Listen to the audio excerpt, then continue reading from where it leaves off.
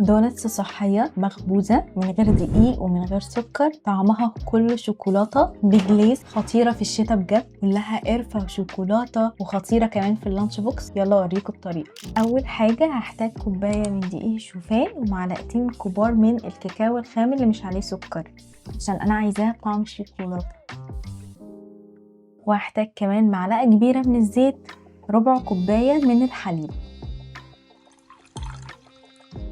وهحتاج كمان معلقتين كبار من العسل الابيض، وهحتاج معلقه صغيره من البيكنج باودر، معلقه، وهحتاج كمان بيضه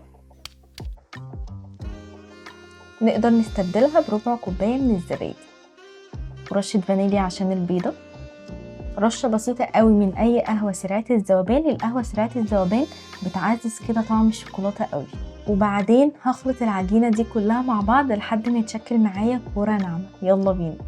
وده شكلها كده بعد ما كل حاجه اختلطت مع بعض.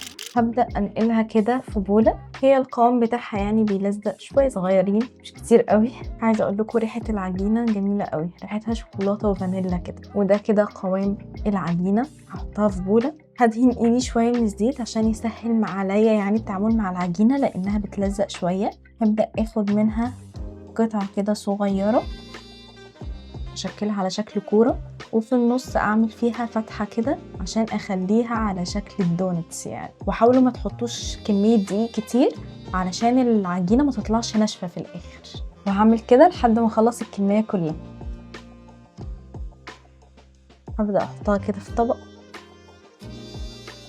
وبعدين نيجي للتسويه.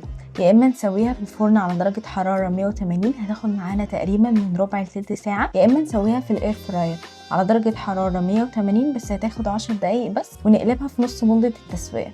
يلا بينا. وبعدين اول ما طلعوا كده من الاير فراير شايفين كده شكلهم، اول ما استووا كده وريحتهم بقت جميله. هم اخدوا تقريبا 7 دقايق بس في الاير فراير على درجه حراره 180.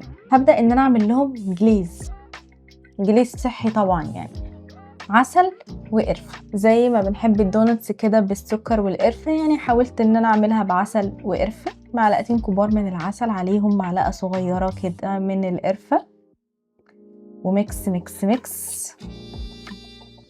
نقدر طبعا نزينها بشوكولاته دارك سايحه يعني هتبقى حلوه قوي برضه، وهتليق جدا مع الكاكاو